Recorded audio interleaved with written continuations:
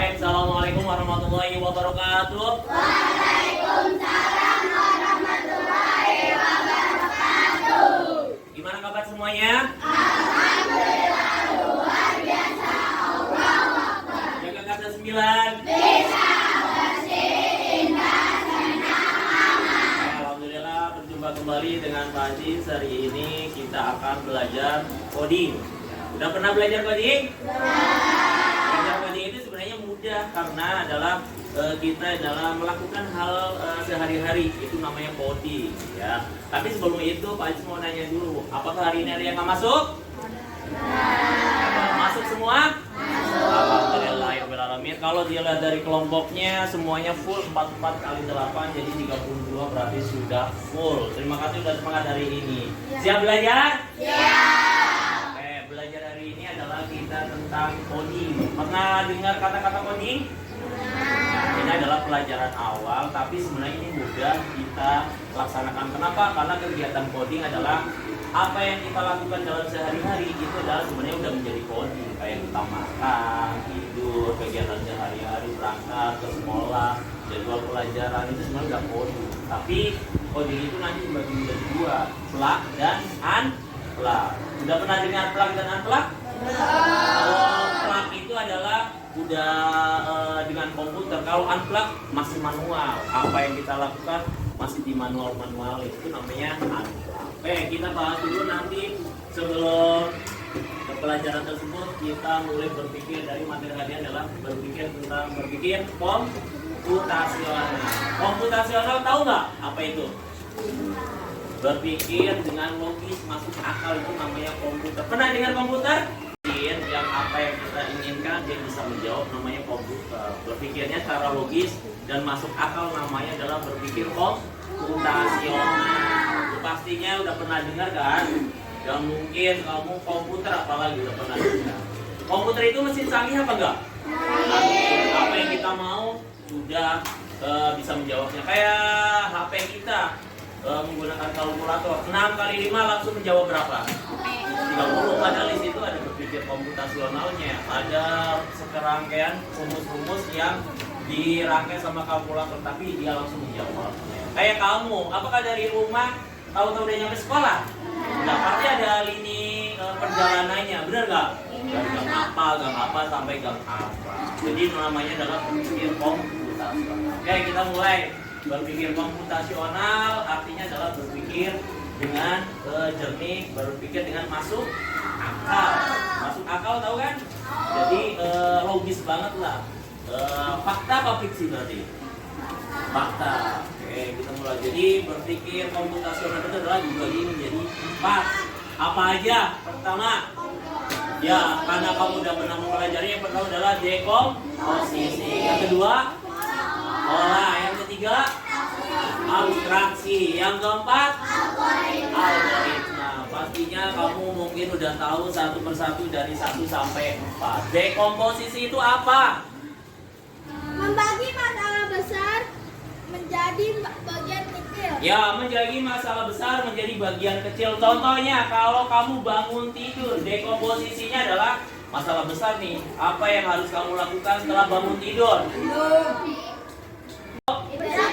Rapikan, beresin dan lainnya. Atau kamu ketika mau memasak mie, apa yang kamu persiapkan? Belum langkah-langkahnya, hanya alat dan bahannya. Ada panci, air, Indomie, kompor, ya ada sendok, ada piring. Itu namanya dekomposisi. Dekomposisi itu adalah masih dasar alat dan bahan yang kamu persiapkan. Ketika kamu semuanya mau ke sekolah malam-malam itu menyiapkan apa? Pelajaran. Dekomposisi menyiapkan pelajaran berarti lihat jadwal, apa yang besok menjadi jadwalnya, itu dekomposisi. Pokoknya apa yang menjadi masalah dipecahkan secara yang besar jadi kecil-kecil dulu. Paham? Dekomposisi nanti dijelaskan lewat komputer bisa. Yang kedua adalah pengarahan pola. Pernah kamu mendengar pola? Pola itu apa sih? Ini Pak pola apa meja? Pola itu adalah bentuk. Oh ya bentuk. Keramik ini ada polanya nggak? Ada. Ada. Muka kamu ada polanya nggak? Ada. Karena ada mata, hidung, mulut, nggak ada dagu. Ya, itu namanya pola. Pola itu kalau kita lihat dengan adanya pola akan menjadi indah teratur. Ketika kamu latihan pasti ada polanya nggak? Di bagian mana? Bagian gerak. Ketika tangan kanan kamu ke depan, tangan kaki mana yang bergerak ke depan? Kiri. Gitu. Itu namanya pola. Kalau sama-sama bergerak, ya jadi robot kayaknya nggak asik banget. Yang kamu lihat tuh bangunan Candi Borobudur, ada polanya nggak? Ada. Di bagian apanya? Titik-titik. Di bagian titik, bagian lubang-lubangnya itu pola. Yang atap, kamu lihat atap di atas ada polanya nggak? Ada. Paling penting abstrak. Memasak mie, abstraknya apa? Bagian penting dari masak mie? Ya pasti mie-nya. Nggak mungkin apa? Nasinya atau pokoknya adalah bagian paling penting adalah mie. Abstrak dari kamu belajar di sekolah?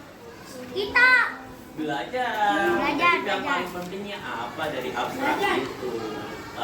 Abstrak dari kita makan, menjadi minta menjadi kenyang. Nah, itu namanya abstrak. Bagian yang algoritma. Apa itu algoritma? Ada yang tahu algoritma? saya. Langkah-langkah. Apakah setiap kegiatan memiliki algoritma? Ada ya. Mempunyai. Bayangkan kamu setiap melakukan sesuatu nggak ada algoritmanya. Apa yang terjadi? Bingung. Pastinya. Berantakan, iya. Pastinya kamu dari rumah ke sekolah menggunakan algoritma nggak? Pakai. Yang pertama keluar dari rumah, mungkin salaman dulu sama orang tuanya, terus keluar rumah, membaca doa, terus mau yang menggunakan kendaraan atau motor berarti pakai motor, yang menggunakan angkot berarti nunggu angkot, ya terus ke sekolahan sampai ke kelas, itu namanya udah algoritma.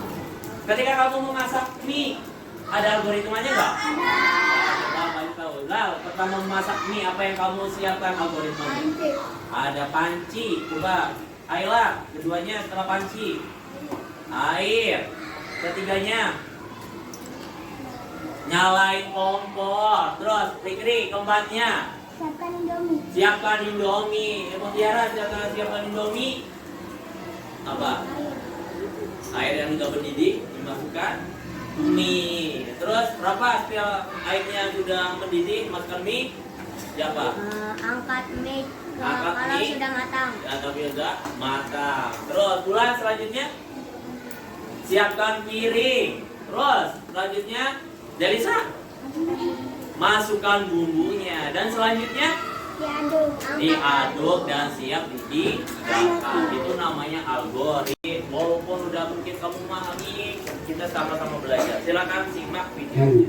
perkenalkan, aku Mustafa. Seperti yang kalian lihat, aku adalah sebuah komputer.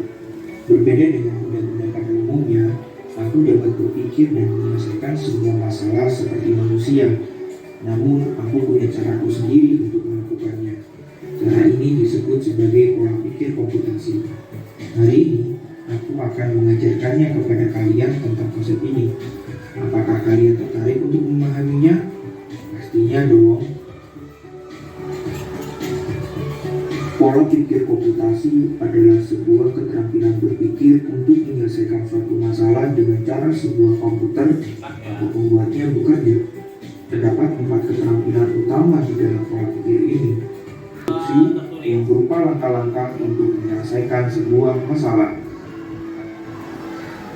Simak video tentang berpikir komputasional. Apakah udah mendapat informasi baru? Sudah. Apakah udah dapat ilmu? Sudah. Alhamdulillah. Berarti tadi yang dijelaskan bisa dimengerti nggak? Bisa.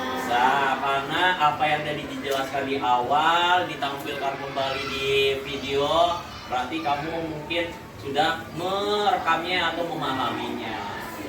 Udah semuanya udah paham? Nah, oke, nanti coba Pak Aziz cek dengan beberapa pertanyaan secara lisan aja. Apakah kamu dapat memahaminya atau enggak? Kalau dari sekian anak di sini udah bisa menjawab pertanyaan, berarti artinya kamu sudah paham. Ya, sekarang coba mulai ya dengan pertanyaan-pertanyaan sebagai berikut. Oke, coba Majis tanya. Oke, Ainon, coba Ainon. Sebutkan 4 berpikir komputasional. Komposisi, pola, abstraksi, algoritma. Betul apa salah? Betul. Oke, sekarang laki-laki. Rafli, dekomposisi itu apa?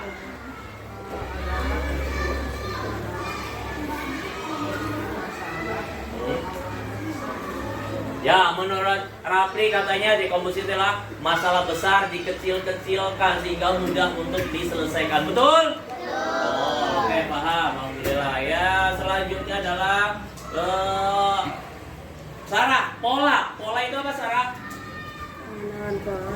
Bagian dari berpikir tindakan Pola, intinya pola. Pola itu apa?